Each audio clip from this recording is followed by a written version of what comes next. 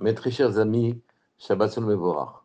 On est à l'aube, on est à un jour de Tisha B'Av, le jour de la destruction du Beth Amikdash, et on dit que tout celui qui s'endeuille pour la destruction du Beth Amikdash, alors il verra, et qu'il en souffre, il sera méritant de voir sa construction.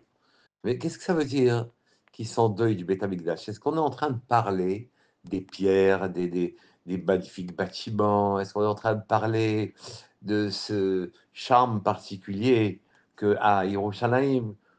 Oui, en vérité, non, ce n'est pas exactement ça. D'ailleurs, dans notre paracha, il y a un passou qui dit Rav lachem, sov et ha'ar azeh, pdu lachem safona. Ça suffit, contournez cette montagne et allez vers le nord, pour vous. Allez pour vous vers le nord. Vous savez que les premiers psukim de la Parashat Dvarim, le nouveau Sefer qu'on a ouvert, du Chumash, sont toutes des remontrances que Moshe Rabbeinu fait de manière subtile au clan d'Israël. Et plus exactement, les remontrances sont là pour nous donner des conseils, pour pouvoir redresser notre manière de voir. Or, ici, il faut comprendre quelle est l'allusion qui est faite par ce pasouk-là, dans ce pasouk-là, et quel conseil il nous donne. Nous savons tous que le mot lachem, c'est un mot qui signifie notre ana'a, notre profit personnel dans le monde matériel. Comme on voit dans la marloquette entre Rabbi Yoshua et Rabbi Eliezer, comment il faut vivre un Yom Tov. Un, il dit soit kulo lachem, soit kulo lachem, soit tout entier pour Hachem, soit tout entier pour vous, profitez, quoi. Ou bien Chatzol Hachem, Chatzol Lachem, moitié pour vous, moitié pour Hachem.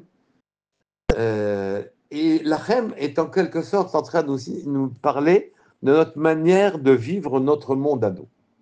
Le problème qui se pose, c'est pour quelle raison Akadosh Baruch Hu a donné au monde matériel un pouvoir d'attraction phénoménal. On ne pense qu'à ça, on ne vit qu'au travers de lui. Et notre notre compréhension est limitée à la manière dont on voit les choses. C'est elle qui définit si c'est vrai ou si c'est faux. Ce qu'on voit, ce qui est réalisé par l'expérience, qui est réussi dans l'expérience, c'est pour nous, c'est vrai. Et donc, tout est lié au monde matériel. En vérité, même, on ne peut pas se passer du monde matériel. Pas du tout.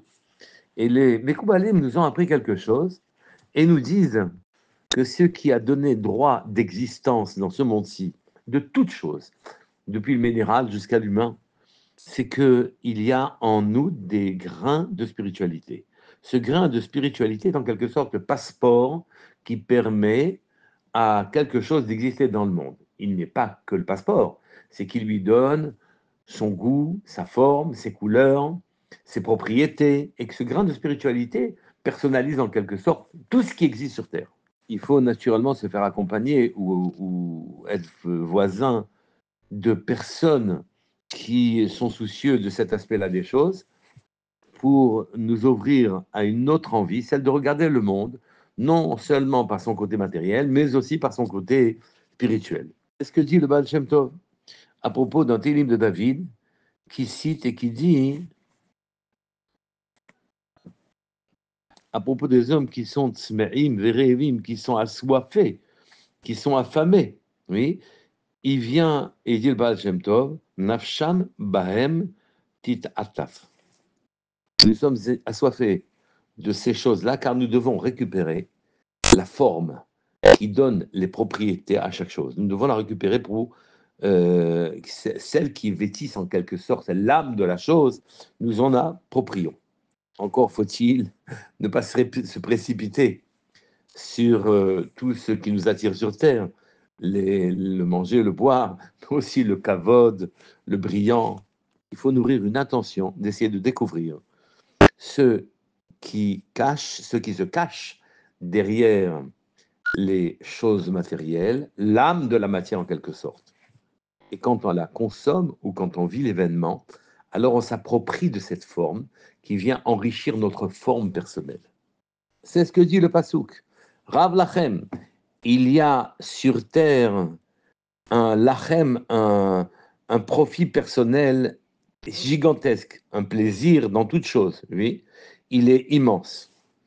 Mais le conseil qu'on te donne, c'est détourne-toi, contourne Har Azé, cette montagne, ce Yetzer Hara hein, qui te contraint par attraction à ne regarder les choses que par la lorgnette matérielle, ne regarder que ce qui est matériel et le profit que tu peux en tirer dans ce monde-ci. Contourne ce Har.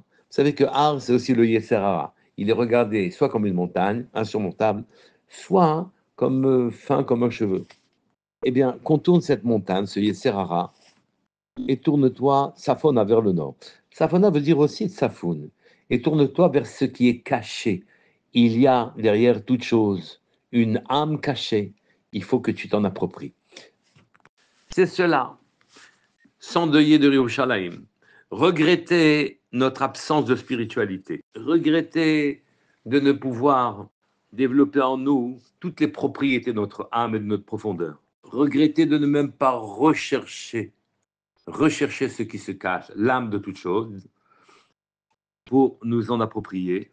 Et dans ce deuil qui nous écarte de la spiritualité et nous écarte du Créateur, on trouvera les ressources qui nous permettront de faire teshuva, de revenir et de pouvoir réinstaller Yerushalayim avec sa spiritualité. Donc, ce n'est pas le charme de Yerushalayim, mais d'installer le Beit HaMikdash, le troisième, définitif, pour se rapprocher d'Hachem.